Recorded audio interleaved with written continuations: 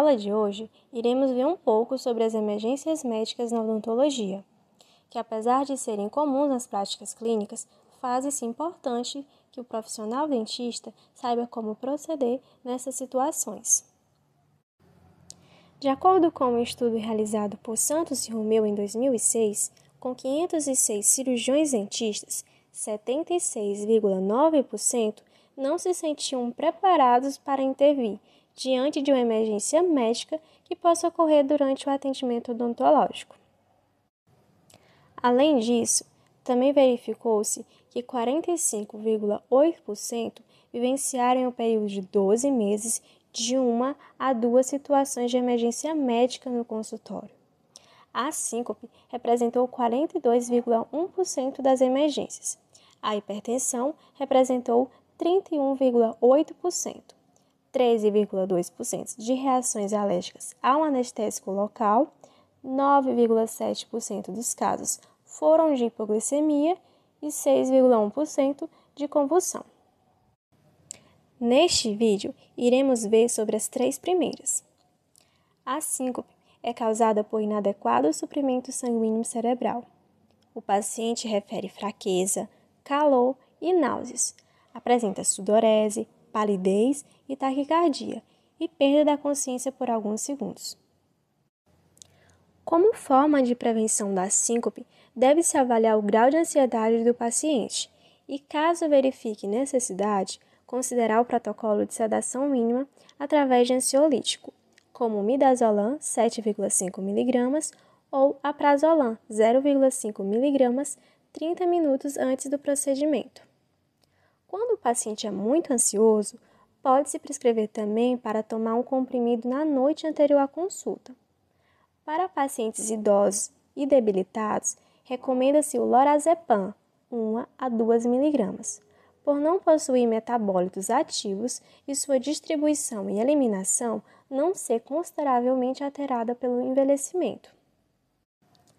Também deve-se verificar o histórico de doença sistêmica, orientar o paciente a se alimentar antes das consultas, procedimentos para não predispor hipoglicemia, além de evitar estímulos que provoquem medo ou ansiedade no paciente, entre outros.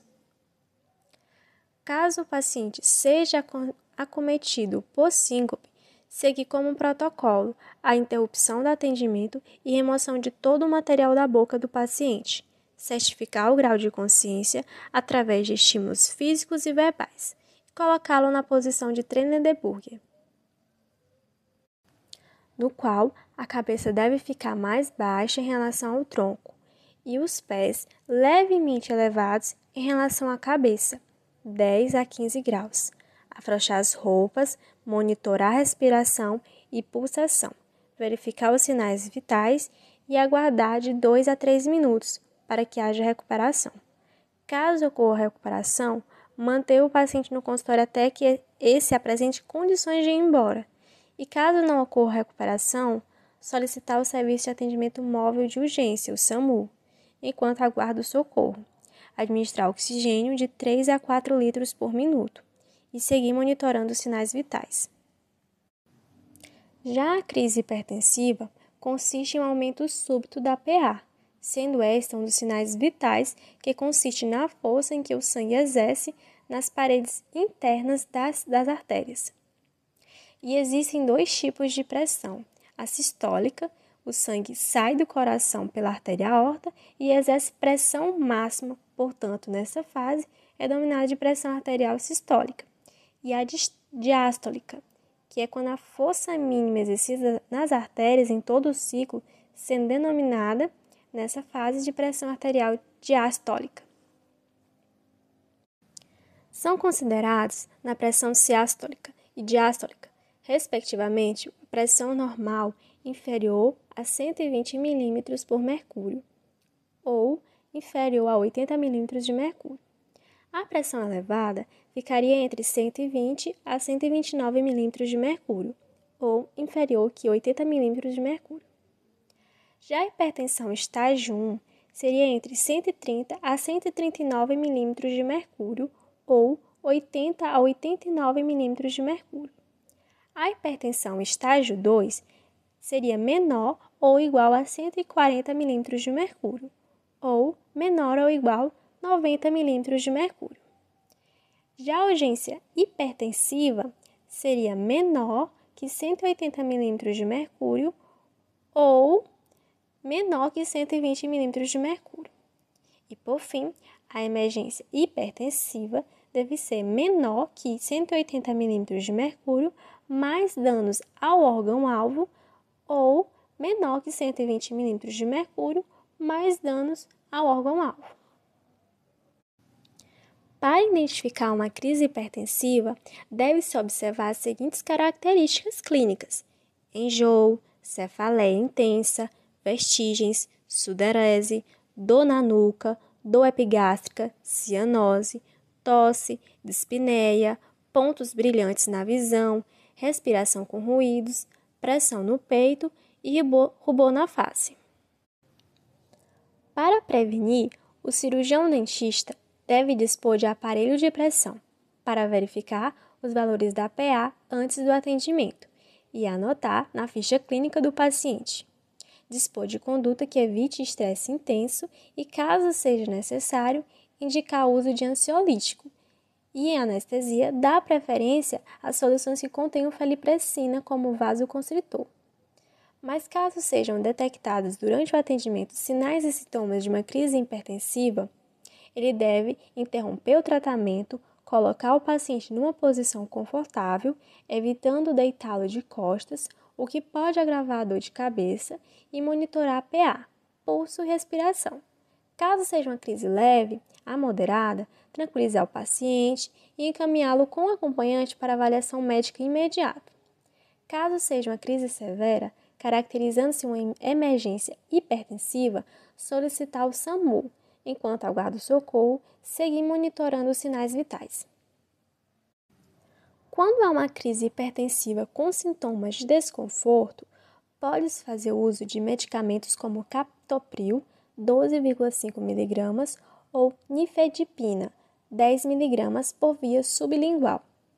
Porém, esses medicamentos são indicados predominantemente para pacientes que já fazem seu uso, a fim de evitar um transtorno maior, tendo em vista que a administração de medicamentos antihipertensivos para controlar a hipertensão severa é competência médica, e tais medicamentos também são contraindicados para idosos, devido a causar descompensação muito rápida.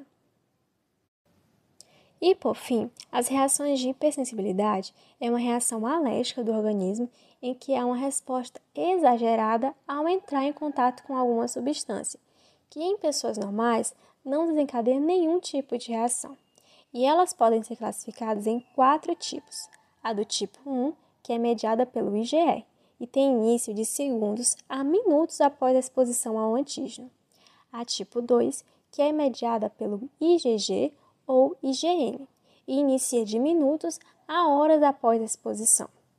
A tipo 3, que é mediada pelo IgG e tem uma resposta mais retardada, podendo levar horas a vários dias. E a tipo 4, que é mediada por linfócitos e costuma levar em torno de 48 horas para desencadear uma resposta. As principais manifestações alérgicas são urticárias, caracterizada por placas avermelhadas espalhadas no corpo e que provocam coceira. Rinite alérgica, que é a coceira no nariz, coriza, espirros e mucosa nasal congestionada. A asma brônquica, caracterizada por tosse, chiado no peito e dificuldade respiratória, devido à broncoconstrição. Distúrbios do aparelho digestivo, caracterizado por náuseas, cólicas, vômitos e diarreia. Edemas, que é caracterizado por áreas de mucosas inchadas e avermelhadas. E o edema da glote, que é um inchaço na mucosa da garganta. E o choque anafilático, que são reações generalizadas e que se desenvolvem rapidamente na forma de coceira, nas mãos e no corpo, boca com gosto metálico, tosse, cólica, desmaio e pode desencadear parada cardiorrespiratória.